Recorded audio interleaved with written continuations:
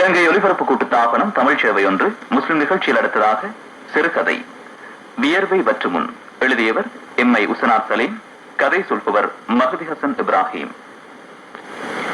சுபகு தொழுகை முடிந்தால் வீடு நோக்கி சுறுசுறுப்போடு வரும் ஆதம் காக்கா அன்று மிகவும் சோம்பல் பிடித்தவர் போல மெதுவாக நின்று நின்று நடந்து வந்தார். காரணம், முதல் நாள் காலை கடற்கரையில் வலை இழுத்த போது மழை வந்து எல்லோரையுமே நனைய வைத்து விட்டது. மழை கண்டு இழுக்கும் வலையை விட்டுவிட்டு மறைவிடம் தேடி ஓட முடியுமா? அப்படி ஓடினால் வலை என்னவாகும்? கடலில் கிடக்கும் தோணிதான் என்னவாகும்? வலையை இழுத்து கரை சேர்த்தால் தானே அனைவரது வயல்களிலும் பசி தீரும். அதனால் ஆதங்காக்காவும் மழையையும் பொருட்படுத்தாமல் அனைவரோடும் சேர்ந்து வலையை இழுத்தார். இழுத்து முடிந்து வீடு சென்றவருக்கு காய்ச்சல் பிடித்து விட்டது. என்றாலும் காயப்பட்ட வலைகளை தோணியில் ஏற்றுவதற்காக காய்ச்சல் என்றும் கவனிக்காமல் அன்று பின்னேறம் சென்று வந்தார். அப்போதுதானே அன்றெல்லாம் வெயிலிலும் மழையிலும் தனது உடல் சக்தியை எல்லாம் ஒன்று திரட்டி கைகள் புண்ணாக கால்கள் சோர்வடைய உயிரே துடிக்க துடிக்க பட்ட வேதனைகளுக்கெல்லாம் பலன் கிடைக்கும். வலை ஏற்றுவதற்கு செல்லாவிட்டால் அன்றைய பாடுகளுக்கெல்லாம் ஒரு சத காசு கூட கொடுக்க மாட்டார்கள் தோணி சொந்தக்காரர்கள். ஆதம் காக்கா போன்ற 50-60 பேர் அந்த தோணி வலையில் அன்றாடம் கூலி வேலை செய்தே அதில் கிடைக்கும் சிறு தொகை என்றாலும் பெருந்தொகை என்றாலும் அதிலேயே தமது குடும்பங்களை நடத்தி வந்தார்கள். ஒரு சில நாட்கள் மீன் படாவிட்டால் ஆதம் காக்காவின் வீட்டில் பட்டினிதான் கிடப்பார்கள். அவரை போன்ற ஏனையோர்களின் வீடுகளிலும் அதே நிலைதான். மெதுவாக நடந்து வந்த ஆதம் காக்காவுக்கு காலை வேளையில் வீசிய சில்லென்ற குளிர்காற்று அவரின் காய்ச்சல் கொண்ட மேனியை நடுநடுங்க வைத்தது. யாழ்லா, ரொம்ப வருத்தமா இருக்கு.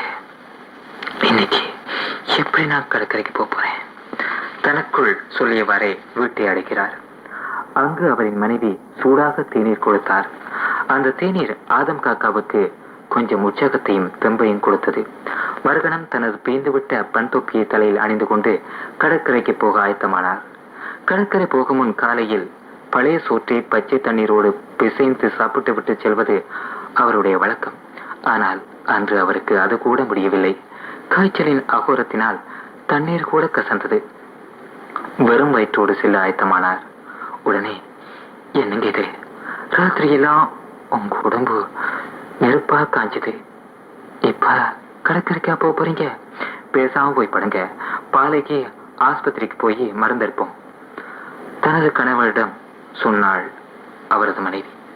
அதை கேட்ட ஆதங்காக்கா, சும்மா போங்க ரேசாப்பா, இந்த நாள் முழுக்க நாம பட்ட பாட்டுக்கெல்லாம் சேர்த்து இன்னைக்கு மீன் பட்டா எப்படி இருக்கும்? மனைவிக்கு ஒரு உண்மையை உணர்த்திவிட்டு மெதுவாக கடற்கரையை நோக்கி நடக்கலானார். ஆதங்காக்கா கடற்கரை அண்மிக்கும் போது தோணியை கடலில் தள்ளும் சத்தம் ஏலோ ஏலோ என்று கேட்டது. உடனே வேகமாக ஓடுகிறார். ஆனால் அவர் தோணியை போய் தொடுவதற்குள் அதற்கு முன் தோணி கடலில் இறங்கிவிட்டது. ஓடி வந்த வேகத்தில் அவருக்கு ஏமாற்றம் கிடைத்ததால் அவரின் மனதுக்கு ஒரு மாதிரியாக இருந்தது. உடம்பில் ஒருவித இளைப்பும் மயக்கமும் வருவது போல் இருந்தது. என்றாலும் மற்றவர்கள் முன் அதை காட்டிக்கொள்ளாமல் ஏனையவர்களோடு சேர்ந்து வலையை இழுத்தார். என்ன காக்கா, காய்ச்சல் சரியா போச்சா? இது வலை இழுக்கும் அவரின் நண்பர் பஷீர் நானாவின் குரல்.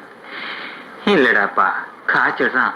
வீட்டுக்கு இருந்தா நம்மளை யாரு கவனிக்க போறாங்க? அவர் சொன்னார். சொல்லிக்கொண்டே வலையை இழுக்கிறார்கள். வெயிலும் சுள்ளென்று எரித்தது. ஆதங்காக்காவுக்கு அது சற்று ஆறுதலாகவும் காய்ச்சல் உடம்புக்கு சுவையாகவும் இருந்தது. திடீரென்று கடலிலே தோணியில் இருந்த தாகிர் தண்டையல் கைகளால் கரையில் வலை எழுப்பவர்களிடம் வலையில் சரியான மீன் பட்டுள்ளதாக சைகை காட்டினார். வலையை எழுப்பவர்களின் முகங்களில் எல்லாம் ஒரு விதமான மகிழ்ச்சி தென்பட்டது. அவர்கள் உற்சாகத்தோடு சோம்பல்களையும் மறந்து வலையை இழுத்தார்கள். ஆதம் காக்காவுக்கும் காய்ச்சலே தெரியவில்லை. ஒருவித உற்சாகம் பிறந்தவராக அவரும் மகிழ்வோடு ஏலோ ஏலோ என்று உற்சாகமாக கத்தியவாறே வலையை இழுத்தார். வலையும் கரைக்கு வந்தது. அப்பாடா, ஏராளமான மீன்கள் அகப்பட்டிருந்தன. வலை இழுத்த கூலியாட்கள் அனைவரது முகங்களிலும் மகிழ்ச்சி தாண்டவமாடியது. ஆதங்காக்காவுக்கும் மற்றற்ற சந்தோஷம். மீனும் விற்கப்பட்டது. எல்லாமாக 25,000 ரூபாவுக்கு மீன் விற்கப்பட்டது. ஆதங்காக்கா மனதால் கணக்கு பார்த்து கொண்டார். யாழ்லா, இவ்வளவு நாளும் பட்ட பாட்டுக்கெல்லாம் இன்னைக்கு தான் கண் திறந்திருக்கிறேன். அல்லாஹ், காசு புரிச்சா ஒரு ஆளுக்கு 400 ரூபாயாச்சும் வரும். கொஞ்ச நாளைக்கு நிம்மதியா சாப்பிடலாம். அவர் எண்ணி முடித்தார். கொஞ்ச நேரத்தில் தாகிர் தண்டையில், தோணி தள்ள காலையில வராதவங்க எல்லாரும் முன்னுக்கு வாங்க. தோணி தள்ள வராதவங்க யாருக்கும் காசு கிடையாது. கறிக்கு மட்டும் கொஞ்சம் மீன் தாரேன், எடுத்துக்கிட்டு போங்க, அவர் கூறினார். இதை கேட்டுவிட்ட ஆதங்க அக்காவுக்கு தூக்கி வாரி போட்டது. வயிறெல்லாம் பற்றி எரிந்தது. யாரா, இது என்ன சோதனை? மனதால் அழுதார். அன்று தோணி தள்ள வராதவர் ஆதங்க அக்கா ஒருவர் தான். ஒரு சில கூலிக்காரர்கள் ஆதங்க அக்கா தான் தோணி தள்ள வராதவர் என்று தண்டையலிடம் கூறினார்கள்.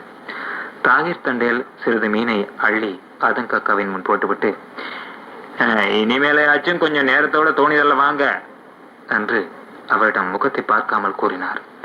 ஆதங்க அக்காவுக்கு அங்கு எவரிடம் எதையுமே பேச மனம் வரவில்லை. அவரின் மனம் சோகத்தில் பொங்கி வர நின்ற இடத்தில் சிலையாக நின்றார். உடனே ஒரு குரல், என்ன தண்டையல், ஆதங்க அக்கா தோணிதல்ல வரலைன்னா அவருக்கு கூலி கொடுக்காம கொஞ்சம் மீனையா கொடுக்குறீங்க? இவ்வளவு நாளும் மீன் படாத நாள் எல்லாம் எல்லாருக்கும் முன்னால அவர் தான் தோணிதல்ல வருவாரு. இன்னைக்கு அவருக்கு காய்ச்சல், அதனால கொஞ்சம் தாமதம் ஆயிட்டாரு. அதுக்கு போய் அவருக்கு மீனை கொடுத்து சமாளிக்க பாக்குறீங்களே, இது நியாயமா? அந்த குரல் நியாயம் கேட்டது. பஷீர் நானா தான் அந்த குரலுக்குரியவர். இந்த பாருங்க பஷீர் நானா, உங்ககிட்ட இதெல்லாம் யாரு கேட்டாங்க? உங்க வேலையை நீங்க பாருங்க. தாகிர் தண்டையில் ஆவேசமும் அதிகாரமும் துணிக்க கூறினார். அதற்கு மேல் பஷீர் நானாவால் எதுவுமே பேச முடியவில்லை. தனது நண்பரான ஆதங்காக்காவை பரிதாபமாக பார்த்தார். பஷீர் நானா, எனக்காக நீங்க யாருமே தண்டையில பகிச்சுக்காதீங்க. அந்த அல்லாஹ் இருக்கான் சொல்லிவிட்டு பெருமூச்சு விட்டவாறே ஆதங்காக்கா தண்டையில் அவருக்காக கொடுத்த மீனையும் எடுக்காமல் முகத்தில் பலத்த சுகத்தோடு மெதுவாக வீடு நோக்கி நகர்ந்தார். இதை கண்ட பஷீர் நானா, யா அல்லாஹ் என்று ஒரு பெருமூச்சு விட்டார். அடுத்த நாள் கடற்கரையில் தோணி வளமை போல தள்ளப்பட்டது. அன்று முதல் நாள் போலவே வலையில் அதிகமான மீன்கள் அகப்பட்டிருப்பதைக் கண்ட தண்டையில் கரையில் உள்ளவர்களிடம் வலையை வேகமாக இழுக்குமாறு சைகை காட்டினார். உடனே கரையில் நின்ற அனைவரும் ஒன்று சேர்ந்து வலையை வேகமாக இழுத்தார்கள். அவ்வளவுதான் தாமதம். வலைகள் எல்லாம் அறுந்து கரையில் நின்றவர்களின் கைகளில் இருந்த வலைகள் மட்டுமே வெஞ்சியது. ஏனைய வலைகள் எல்லாம் கடலினுள் அவிழ்ந்து கடலோடு கடலாக அடித்துச் செல்லப்பட்டு விட்டன. தோணி சொந்தக்காரர்களும் ஏனைய கூலியாட்களும் கரையில் சேர்ப்பதற்காக வலையை தேடினார்கள். அவைகள் பயனளிக்கவில்லை. வலை கிடைக்காத ஏமாற்றத்தோடு கரையேறி விட்டார்கள். கரையை அடைந்த தாகிர் தண்டையில் ஏதோ எண்ணம் பிடித்தவராக, எங்க நம்ம ஆதங்காக்கா காணலையே, இன்னைக்கு வரலையா அவர் கேட்டார். ஒருவருமே அதற்கு பதில் சொல்லவில்லை. ஒரு புறத்தில் நின்ற பஷீர் நானா, ஆமா, அவங்க கிட்ட வலை போட இன்னும் அவர் வரத்தான் வேணுமோ? நீங்க நேத்து சுட்ட சூடு போதாதா? அவரு நேத்து காய்ச்சலால தான் கொஞ்சம் லேட் ஆகி வந்தாரு. ஆனா நீங்க அவருக்கு ரொம்பவும் பரிசு கொடுத்துட்டீங்க. இப்ப அவரு காய்ச்சலால துடியா துடிச்சுக்கிட்டு இருக்காரு. அவர் எப்படி இப்ப வலை போட வர முடியும் என்று தண்டையலுக்கு நன்றாக பதில் சொன்னார்.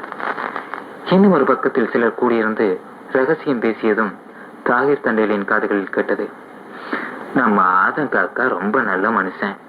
நேத்து தண்டையல் அவருக்கு நல்ல சூடு சுட்டுட்டாரு. ஆதங்காக்கா மனம் பத்தினது போல வலையின் கடலோட போச்சு. இவங்களுக்கு அல்லாஹ் இன்னும் என்னென்ன கேடுகளை கொடுக்க போறானோ? இவைகளையும் செய்மடுத்த அவர் வேகமாக ஆதங்காக்காவின் வீடு நோக்கி விரைந்தார். ஆதங்காக்கா வீட்டில் படுத்த படுக்கையாக இருந்தார்.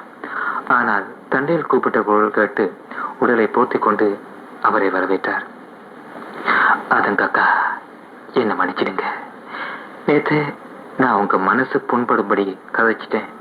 அதுக்கு அந்த அல்லாஹ் நல்ல தண்டனை எனக்கு கொடுத்துட்டான். தாகிர் தண்டையில் சொல்லி முடிக்குமான், என்னங்க சொல்லுறீங்க என்று ஆதங்காக்கா பரபரப்போடு கேட்டார். ஆமா காக்கா, நம்ம தோணி வலை பெஞ்சி கடலோட போயிடுச்சு. அப்பதான் உங்களுக்கு செஞ்சது பாவம்னு எனக்கு தோணுச்சு. நபிகள் நாயகம் சொல்லியிருக்காங்க, கூலியாளோட வியர்வை காயறதுக்கு முந்தையே கூலியை கொடுக்கும்படி. ஆனா நான் அதிகமா மீன்பட்டதும் பேராசையால என்ற மனசு மாறி உங்க மனசு புண்படும்படியா நடந்துட்டேன். என்ன அந்த அல்லாவுக்கா மன்னிச்சிடுங்க. இந்தாங்க உங்க பங்கு பணம் 500 ரூபாய் புடிங்க காக்கா கூறி முடித்தார் தண்டையில். அதை கேட்டு ஆதம் காக்கா இறைவனை உள்ளூர புகழ்ந்து கொண்டு அல்ஹம்துலில்லாஹ் என்றார். தண்டையிலேயும் மனிதாபிமானமான முறையில் மன்னித்து வழி அனுப்பி வைத்தார். அடுத்த நாள் தண்டையலின் வலையும் கரையேறி கிடந்தது. கடற்கரை ஓரமாக சென்ற தாயிர் தண்டையல் அதை கண்டு இறைவனை புகழ்ந்து நான் செய்த பாவத்துக்காக அந்த அல்லாவிடம் இருகரம் ஏந்தி பிரார்த்தனை செய்து கொண்டிருந்தார். நேயர்கள் இதுவரை வியர்வை வற்று முன் சிறுகதை கேட்டீர்கள். எழுதியவர் எம்ஐ உஸ்னாத் சலீம். கதை சொன்னவர் மஹதி ஹசன் இப்ராஹிம்.